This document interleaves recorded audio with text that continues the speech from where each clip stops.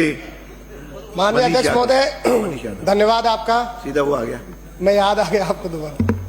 माननीय अध्यक्ष महोदय, मैं आपका ध्यान और पूरे प्रदेश का ध्यान आज जो आरटी के तहत आरटी कानून जो शिक्षक अधिकार 2009 में यूपीए सरकार द्वारा लाया गया था और उसके अंतर्गत प्राइवेट शिक्षण संस्थान में 25% विद्यार्थियों को निःशुल्क अध्ययन करवाने का प्रावधान है। मैं इस विषय में आपसे कहना चाहता हूं कि जो यूनिट कॉस्ट है 2016 से पहले 17,582 रुपये प्रति बालक को यूनिट कॉस्ट के रूप में दिया जाता था खर्चा। उसके बाद में बीते 7 वर्षों में ये घटा करके 13,535 रुपये कर दिया गया। ये स्कूल मैनेजमेंट पर आर्थिक भार का बड़ा कारण है।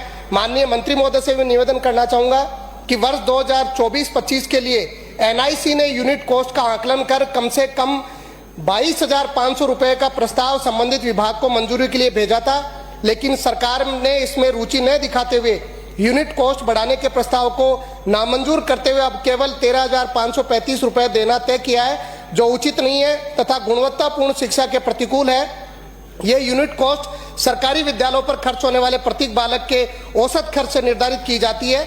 दूसरा PP3, PP4, PP5 जो 1 से पहले की 3 कक्षाएं हैं, इनका 2022-23 से 22-23, 23-24 और 24-25 में आरटी के तहत विद्यार्थियों को निःशुल्क अध्ययन करवा रहे थे, जिनका सरकार द्वारा प्रतिवर्ष भौतिक सत्यापन भी करवाया गया है।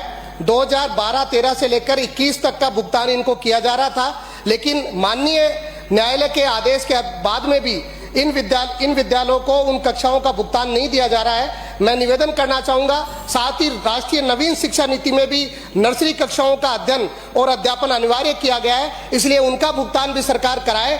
अतः पूर्ण रूप से मैं आपसे आशा रखता हूं कि इस विसंगति पर पुनर्विचार करते हुए आप इनको यूनिट कॉस्ट बढ़ा करके 22,500 देने का प्रस्ताव सरकार मंजूर करे।